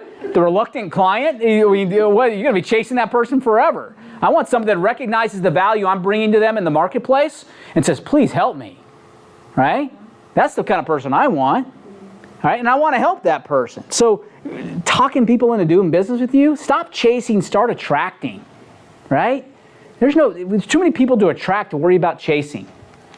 Become an expert in investor buying.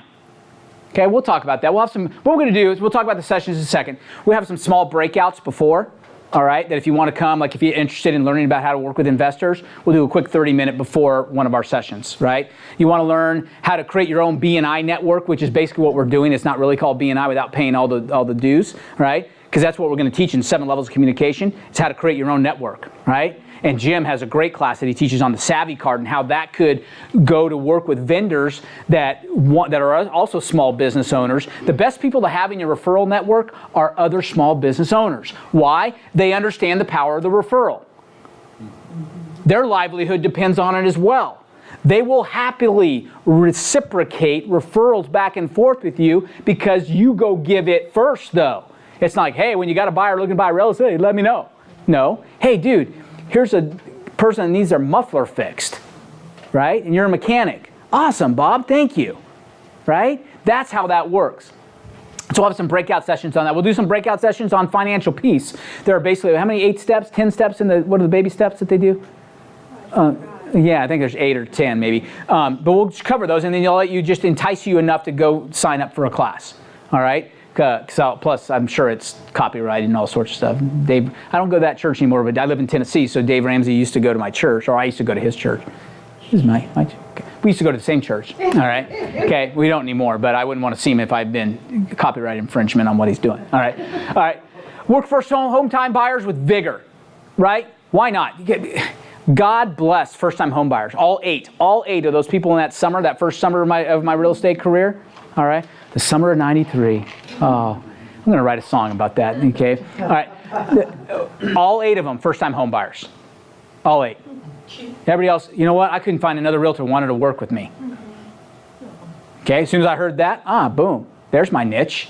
All right, I was 24 anyway. Say it works well. All right, we can connect. All right, we can listen to Eminem together. All right, 9 Mile Road. Okay, so. Is it? Mine is 9. I'm an overachiever. All right. See, that's right. You know what? Actually, you know what? What movie? I saw a preview of a movie, and it's all 80s music. I was like, I got to go see this movie just because it's all filled with, Duran Duran, Depeche Mode, and all my. That's what I'm talking about. All right. Okay. That Eastern Bloc, East Berlin, the walls falling, kind of, the Smiths. Listen to a little Morrissey. Come on now. All right, okay. List by referral only. Are we going to list homes? Yeah. You know what? Here's what you're not going to do. You're not going to list a home because you went out and danced for your dinner. Been there? I got an opportunity to do a listing presentation. I'm one of 5 coming in. All right? List with me. You're going to be so happy you'll see. Da, da, da. And you're like, okay, what's the difference between you and the other 4? I'm putting the MLS. Okay, they are. I'm going to enhance listing on Realtor.com. Okay? Virtual tour, right? Every day. Guess what? Google that. Somebody will do it for $99. It's true. Somebody put in the MLS for $99 right now. Offer a 2.5% co-broke to the buy side, all right? And yeah, but if your value proposition is that, I can put a lockbox on it and sign in the yard and make sure it's in the MLS. You better come up with more value. I'm just telling you. Now, here's the good news. Is that when you work the first-time home buyer, all right, that just graduated from USF, got her first job at Enterprise Rent-A-Car, because that's all where they all go, right? Okay, because it's like the breeding ground. That's where they just hammer people into training, right? Okay, his management training is Enterprise Rent-A-Car. So they go to Enterprise Rent-A-Car, got their first job. You got them qualified for a first-time home buyer. 2 buyers out of there right now. Yeah, absolutely. I rented a car a month ago and I solicited 2 of them. Yep, and you shook their hand. Yeah. Exactly. Didn't rent online. All right. So you converted this walk-in traffic. You work with the first-time home buyer, and guess what? All right. She's at Thanksgiving dinner with her Aunt Judy now. Aunt Judy says, "Oh, little Susan, how's the things going? You graduated from USF, you got your first job, that's great.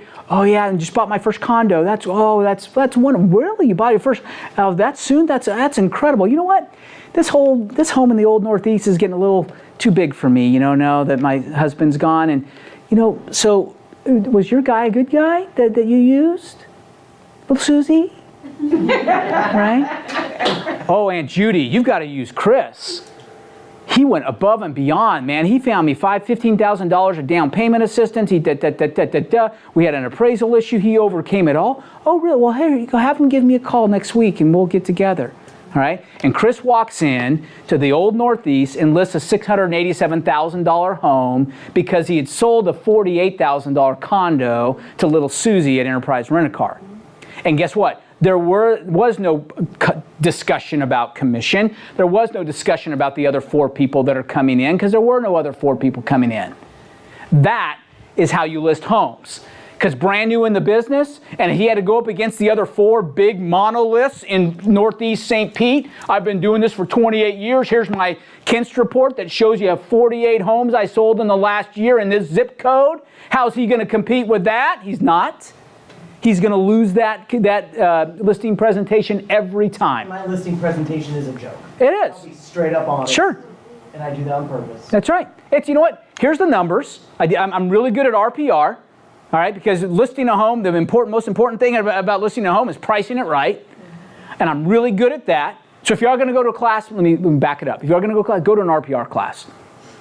Go learn how to value property, right? Instead of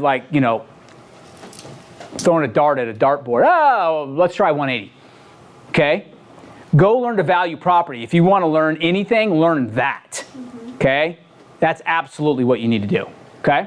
All right, so we're going to stop dancing for our dinner. All right, and I got -3 minutes to go. All right, so I'm already 3 minutes over. All right, here we go. Okay, this is simple. I got this. Here's what we're going to do. That's called corn planting. Why is it corn? It's fast. We plant corn in late May, early June, and we're eating corn by late July, early August. Literally. Okay, you can watch corn grow. Once it bursts through the ground, all right, that story of the little red hen, all right, you see how that wheat can went up? That's about how corn goes. All right, you can almost watch it grow. Okay, it's incredible. It's fast. That's the good news about corn. Bad news about corn, you chop it down to eat it. Right? You chop it down if I'm going to harvest it. And when I come back next year, if I haven't put the seed, put the fertilizer, done all the little red hen work, right, then I'm not going to be able to eat corn. So it never stays done. That's not the residual. What about the mailbox money? Here's the mailbox money. 7 levels of communication. Write it down because you're going to have to read it. Okay? Yes? Really quick, I Yep. got a text message from a lender this morning on Yep. the 7 levels. Yep. So I'm digging into the 7-level book, and I feel like I've been working really hard, just in the wrong way. Yeah. Thank you for caring enough to share. Powerful. All right? It's an awesome book. Right? Michael Mayer, 7 Levels of Communication. A couple things we're going to do here. We're going to read that book first. That's going to be our course, our textbook for this group. All right? We're going to read. We're going to supplement with some other stuff. All right? But we're going to read that first. 7 Levels of Communication. Mayer is spelled M-A-H-E-R. All right? You can get a hard copy. You might want to get a hard copy. Get the online version first if you want to start reading, but order a hard copy because you're going to want to highlight and all that kind of stuff. And I know you guys are all millennials and can highlight on your nooks and all that stuff anyway, all right, and whatever. Okay, I like the old school. Give me green and yellow. Okay? Okay, so this is the one book I'm going to encourage you to not get an electronic version of. All right? Now, get an electronic version for speed because you can get it for like $3.99, I think, on Amazon. Literally, the electronic version, it's fast, right? So, 7 Levels of Communication. It's an incredible thing. What you're going to do, the results are proven. The people that follow it, you're going to stop, period, asking, period, for, period, referrals, period. Stop it. Nobody wants to hear your commission breathed request. That's what it is. right? They can smell it a mile away. Hey, let's get together for coffee. Whoa. Either your MLL, your multi-level marketing me, all right? Get together for coffee is code word for have you ever thought of, all right? Or it's we're going to end it with, by the way, now that we've had coffee, anybody you or anybody you know looking to buy or sell real estate, I really appreciate the referral. Nope. Okay, on the back of my card, here's my card. I'll look on the back. The sincerest form of flattery I could ever receive is a referral from a trusted whatever, right? You know what they smell? Dude, you invited me to coffee because you want me to grow your business, right? I'm just telling you. So we're going to do things backward again. Stop, period, asking, period, forward, period, referrals. You have to earn the right to get a referral. Have to earn it. How do you earn the right to get a referral? You go give massive value first. You give them massive value on the front side, they will reciprocate that without even knowing they have to. It's just the way the world works. Okay? And it's much better way to live. If my job today is go out and see how many people I can help, boy, how's that feel? All right? How many people can I talk into doing business with me? Nah, that doesn't feel so good, right? Who likes, if you're going to be at a call center, who wants the inbound calls, who wants the outbound call side? I want inbound, right? If I didn't have to knock on the doors, if they could just come to me and say, hey, I want to sign up for your, security system, that's a lot easier conversation to have, right? Okay? Yeah. Yeah? Okay? Instead of, hey, by the way, I'm sorry to interrupt your dinner, right? Okay? So, why not be there? How are we going to do that? We're going to show you. The book will help. We're going to focus on people and relationships, digging deeper with a few rather than shallow with many. Wow. Write that one down. By the way, by the time Friday I'll be done with these in Jacksonville, I will post these on our 100K group page, these slides. I should have told you that before, so I'm just trying to scramble and write. All right, all the slides will be up there, okay? In essence, you're going to stop selling and start attracting, okay? We're going to stop chasing business and just start attracting business. Okay, Sarah is an awesome example of this. Here's an example, right? So she's working with a lender. She gave him a that's value, right? I care enough about you to give you something of value. I think it should really help your business. Already saying, boy, that was me, right? And you know what? And guess what? The next 6 refis that lender needs to take to a title company, where do you think they're going? Because Sarah said, hey, by the way, I expect referrals out of these when you're doing? No. Just go do the next right thing. You earn the right. You earn the right to be heard. It's just a totally different way of going about it. All right, so this is simple. All right, here's what we're going to do. We're going to agree to submit to an accountability partner to the group. All right, we're going to meet with your accountability partner in person one time between our group sessions. Here's what you got to do. All right, everybody got that? Okay. We're going to do not allow for anything to stop you from taking the steps in the process. Refuse to allow yourself, your accountability partner, or the group to make excuses to come to lack of effort. You've got to be accountable. All right? Have to be. Because you aren't accountable to yourself. If you were, you'd already be successful. All right? Not that none of you are, but more successful. How about that? Here are your commitments. I told you I charge $0 to get in the door. But here are your commitments. Here's what you got to be willing to do. All right? Here's where I start losing half of you. All right? Because not only I told the group yesterday in our regular office meeting that just wear closed-toed shoes. Because I don't just step on toes, I usually stomp. All right? So here we go. Got to be willing to change. Got to be honest and accountable. You got to agree to read 1 book a month. Your first one we've already assigned. All right? And no, the little red hen does not count. All right? We watched that one. All right? That was just a bonus one. All right? Going to get 8 hours of sleep a night. My young mom. Right? 2 kids under 3? Tell me it ain't happening. Tell me. Oh, they go to bed at midnight. Can we change that? Yeah, I tried. All right. We'll have a talk afterwards. Okay. We got to get rid of the silver spoon and get the wood spoon. Here we go. All right. We're going to get 8 hours of sleep a night, or we're going to progress to that. All right? If you're getting 6 now, 6.5 in the first month. 7 the next month. Why? Sleep is the foundation to good health. Period. All right? Period. Oh, it's just, you know what? Put your phone down. Stop Facebooking, liking at 11:48 p.m. All right? And go to sleep. Yeah, but I'm not tired. Well, work harder so you are tired. Seriously. Telling you, right? Drink 64 ounces of water a day. It'll change your life. I dare you. I dare you. Change your life because you'll be stopping at the restroom a lot more too, but it'll change your life, all right? One way or another, we're going to change your life. Agree to perform 30 minutes cardiovascular exercise 3 times a week. We have to start taking care of ourselves, people. What does that have to do with selling real estate? The answer is nothing but everything. If we're going to stop chasing and start attracting business, right? I'm going to attract business, then I need to be attractive. Is it physical? Part of it, right? It's physical, it's emotional, it's spiritual. It's people want to do business with people that they feel good about being in business with, right? And dadgummit, when I walk out, when I got up this morning and hit the elliptical before at the other Hampton Inn, before I came here, and I walked in and I rode down the elevator with somebody, and they were kind of just like rubbing the sleep out of their eyes, trying to, you know, slup in to go eat their waffle, right? I just said, you know what? We are where we are because of choices we made, right? And I'll tell you this, they didn't say what a slub that guy is, and I didn't say it, well, judgmentally. I'm not judging anybody, trust me. I'm just saying I'm glad I've been exposed and made the right choices, is all I'm saying, right? And then when you walk out, because everybody has a different path. I mean, we don't know anybody's journey, right? And so I never lie in judgment of anybody. But I'm just telling you, I choose not to be, right? I'm going to choose new habits and become their slave. We'll talk about that, right? Because that's what it's important to do, all right? Volunteer at a nonprofit 4 hours a month. It's one of your requirements. To be part of this group, you have to volunteer at a nonprofit somewhere.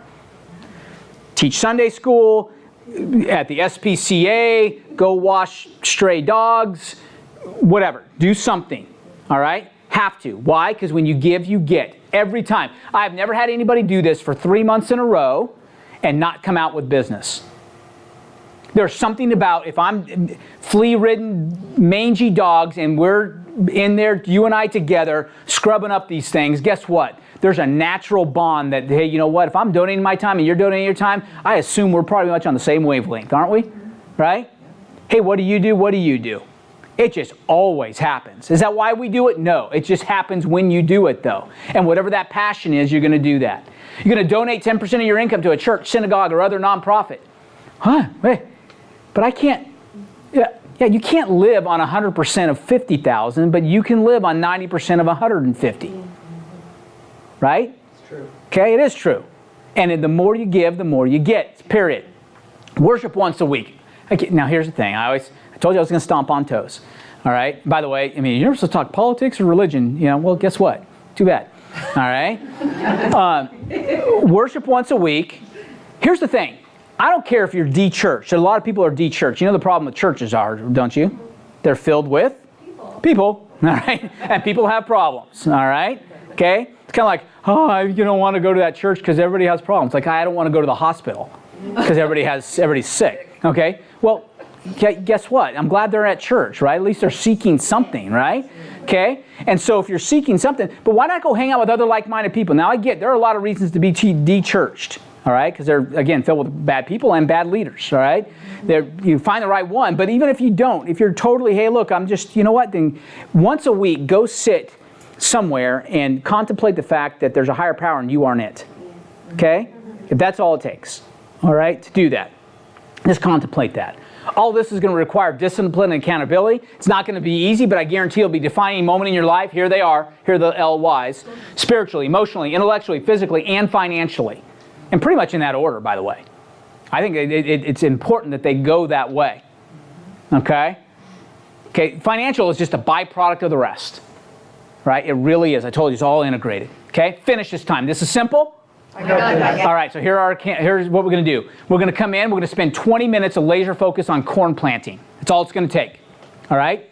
We're going to 20 minutes of laser focus on orange grove planting. By the way, the second part, the 7 levels, we call that orange grove. Why? It takes a little longer to get going, but once it's going, it bears fruit. The good news about orange trees is you don't chop them down to pick the orange. Right? That is our residual income. All right? The goal is down the road. We're talking about the end in mind. All right? Down the road, envision this. Okay, I'm going to start with a small acreage of orange groves, mostly corn because I need to pay the bills. Right? Then I'm going to replace another 10 acres of my corn with oranges. Then another 10 acres. Eventually, I've got 40 acres of oranges. All right? And that's awesome because it's less work and things are coming. All my business is starting to come into me via referral. All right? Introduction, however you want to call it, right? So that's all good news. But then all of a sudden, here's what happens.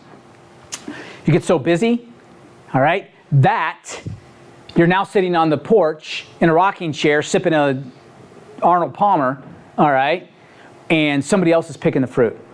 But they're your trees. So guess what? They take them to market and they give you 25% of the profit, right? And pretty soon you're sitting on a villa in Tuscany, all right, and all you need to do is check your bank account, right? I'm just telling you, it can happen. That is starting with the end in mind. Vision yourself on a villa on the patio in Tuscany, all right, and on your laptop checking your bank account, all right? Check it. I want you to see it. That can happen in this business if you do it right. If you do it right, all right? Shift into the committed 45 minutes of raw accountability, all right? That's all we're going to do. What did you do? Here's what our assignments. Here's what we're supposed to do. Here's what's been working for you. Here's what's not been working for you. How can we help? That's it, all right? Because that is the big difference. What to do is not the problem. Doing it is the problem, right? We're going to do it.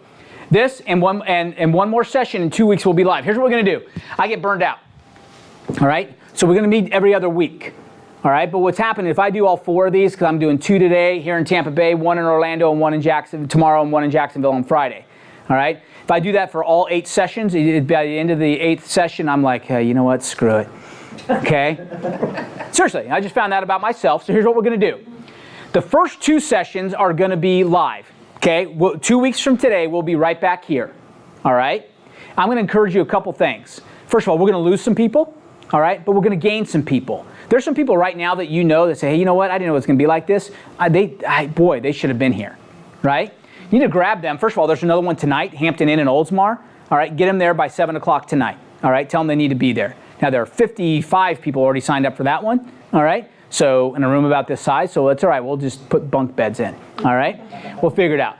Okay, so tell them they need to be here. So next time, all right, we're going to recover some of this stuff because we're going to get a lot of new people that come next time. Oh, I missed the first one, or hey, my friend Colette told me I needed to come, right? And so here I am, right? So we're going to do these live. After that, we're going to have 6 more sessions left, and we're going to rotate, okay? You guys will be the beta test for this. We're going to do it 9:30 a.m. on Wednesdays, so that you guys are already used to that. Perfect. 9:30 a.m. on Wednesdays. We're going to be doing it live somewhere. In this, the first one on the 3rd session will be here, all right? And then we're going to just Facebook Live it to everybody else, all right? So other groups will be meeting. Now, the next time, I'm going to be in Orlando doing it live on a Wednesday morning at 9:30, all right? Won't have this room. My vision is that you guys will small group this thing.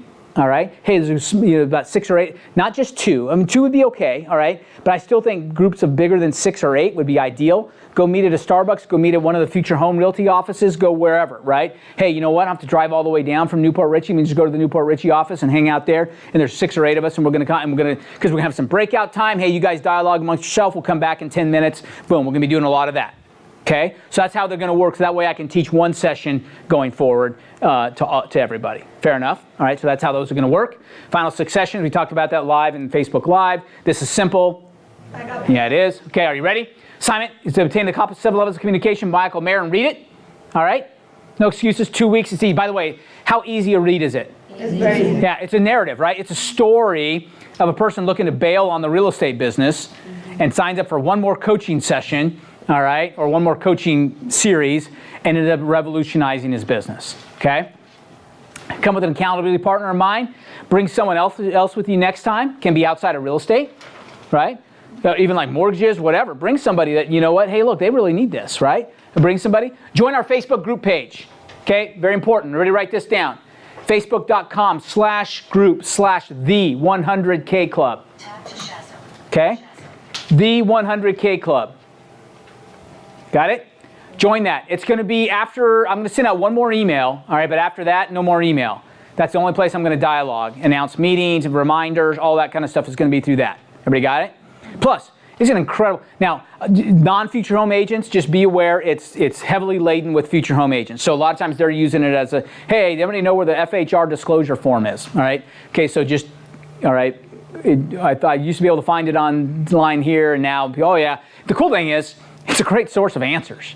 We've got about 940 people in there now, okay, in this group, and it's awesome. It's a great resource for people. You got a question on a contract or something like that. Now, again, if you're not with Future Home, I monitor it for us. Talk to your broker and make sure that any of the information you're getting there is cool with them, right? But for me, I just go along, and it's the best thing I ever did as a broker. I just go along, like. Good answer, good answer, good answer, good answer. All right, okay, and it's perfect, right? So a lot of these agents are getting their answers that way. So join the Facebook group page.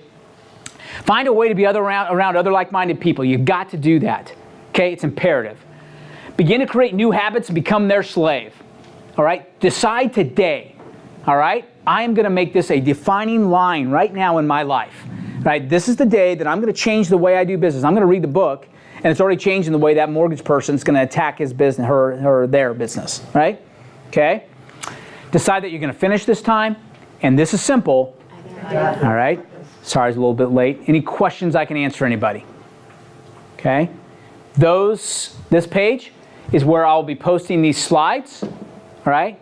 And by the way, that's where I'll be posting the slides. That's where we'll probably be putting it on Facebook. Can you Facebook Live onto a group page? Yeah? Okay.